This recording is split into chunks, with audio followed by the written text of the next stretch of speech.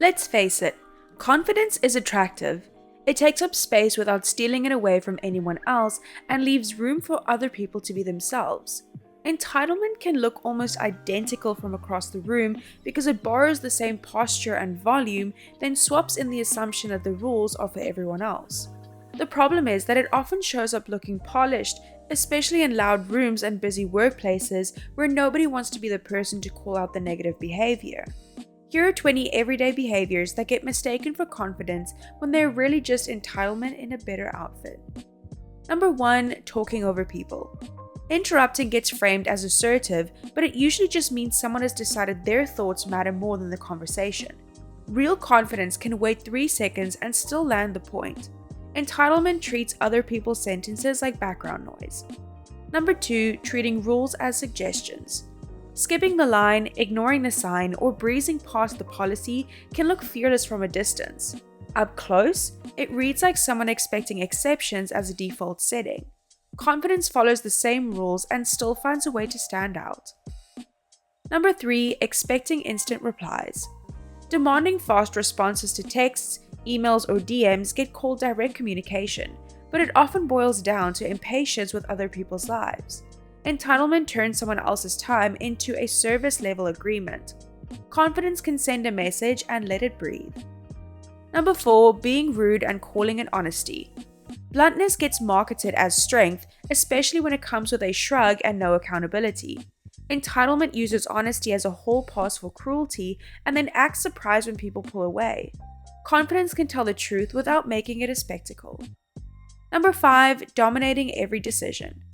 Always choosing the restaurant, the plan, the agenda, or the playlist can look like leadership. It is often just a habit of control that never checks whether anyone else has preferences. Confidence asks, then guides, instead of steering by force. Number 6. Assuming access to people's bodies. Commenting on weight, skin, pregnancy rumors, aging, or fitness like it is public information gets dressed up as friendly candor. Entitlement treats other people's bodies like open tabs for opinion. Confidence minds its business unless it is invited in. Number 7. Taking credit for group work.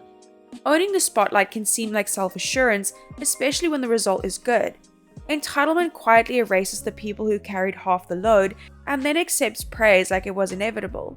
Confidence names names and shares the win without losing face.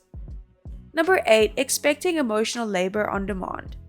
Using friends, partners, or co-workers as a constant processing center can look like openness. Entitlement assumes someone else is always available to absorb stress, fix feelings, and provide reassurance. Confidence can self-soothe and choose support with care. Number 9. Being late without apology. Rolling in late and acting like it adds mystique is not confidence. It is disrespect with better branding. Entitlement treats schedules as optional for one person and mandatory for everyone else. Confidence shows up when promised or owns it when it cannot. Number 10. Making everything about personal preference. Turning every situation into a referendum on what one person likes can sound decisive. Entitlement assumes the room should optimize around them, even for small things that do not matter. Confidence can be flexible without feeling diminished. Number 11. Ignoring boundaries and calling it persistence. Pushing past a no gets romanticized as determination in dating, sales, and even friendships.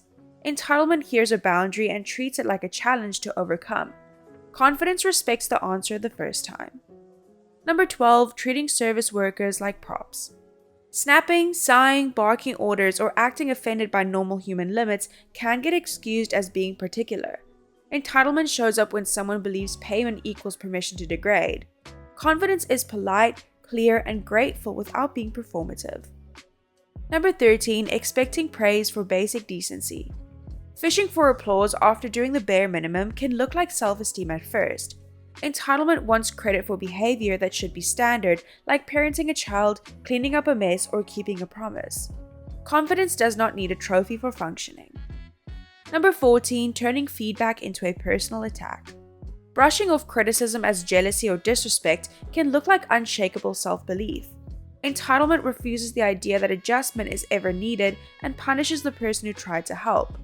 Confidence can take a note, keep dignity, and still improve.